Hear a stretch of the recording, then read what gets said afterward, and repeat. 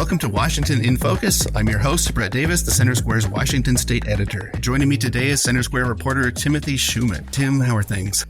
Things are not so great in the region of the state that I'm covering. I cover Eastern Washington, and currently more than 20,000 acres is on fire in Spokane.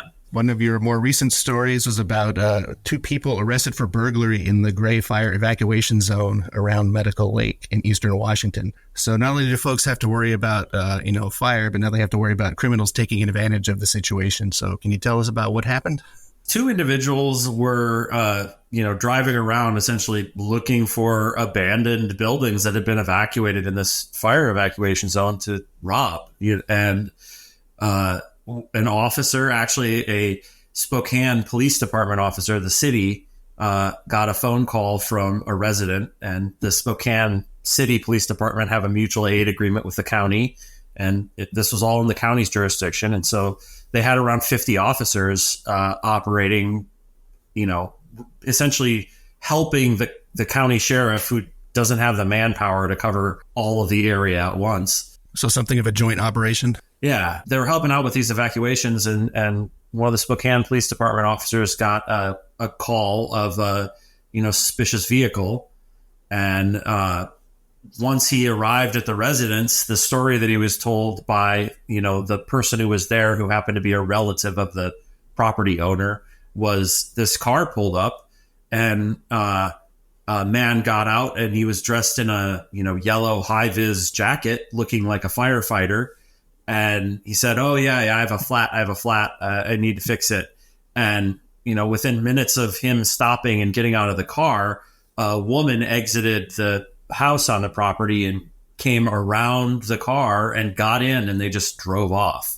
And that was around like 8:15 in the morning. Obviously, they were up to no good because they stuck around. They were there till around, I believe it was like 4:30 p.m. when they finally got picked up by the county sheriff. Yeah, that does seem a little suspicious. Yeah, and I had a fairly extended conversation with Julie Humphreys of the Spokane PD, and she was talking about how these mutual aid agreements, they happen in times of crisis, and so there's a lot of overtime involved, there's a lot of cost involved, but it's the type of thing where when 10, 15, 20,000 acres is burning, people spend the money and figure out how to pay for it later. And she was saying that things have calmed down a bit, but now their job has switched from evacuating people and helping, contain traffic so that fire trucks can get to, where they need to go, to more of a role of making sure things like this don't happen as much. Because it's, unfortunate that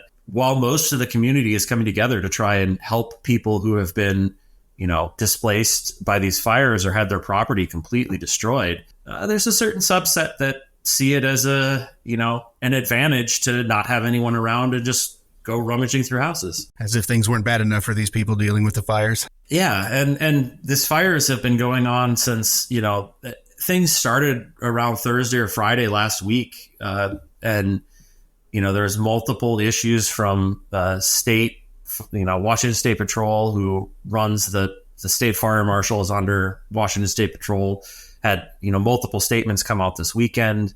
And, it's been a really regional effort. And I believe there's been at least 2 deaths, possibly 3. I cannot remember for sure, and hundreds of people displaced, and, probably hundreds of thousands, if not millions of dollars in property value easily destroyed.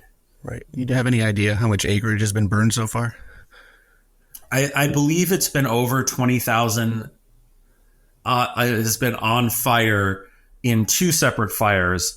And the interesting thing about how they're dealing with it is these fires have very low containment. They don't have the manpower to contain them. So it's much more of they're trying to direct things and make sure things don't cross barriers such as like roads or streams, but they're really just kind of waiting for nature to run its course on this. Because I believe every single press release I've seen for the last 3 or 4 days is X number of acres burned, 0% containment. And these things do happen in nature. I believe at least one of these fires was caused by a man-made incident. But I believe their course of action is really just let them burn themselves out and try and protect as much, life, limb, and property as they can. It sounds like they have to be strategic in how they approach these fires, because there's no way for them to, put out the fires in total. Yeah, 10,000 acres is a fair bit of land. It requires a lot of resources to fight a fire like that. I would say so. Well, here's hoping they can get these fires under control sooner rather than later. I imagine there'll be more stories coming out from that area on this topic. There will definitely be. I have a piece I'm working on about all of the resources available for Spokaneites who've been affected by the fires. And I will probably follow that up because I've talked with multiple agencies over the last 2 days, and several of them have said that there is more state and federal funding coming down the pikes. They just don't know where it's coming from yet.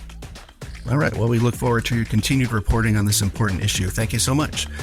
Listeners can keep up with this story and more at thecentersquare.com. For Timothy Schumann, this is Brett Davis. Please subscribe, and thanks for listening.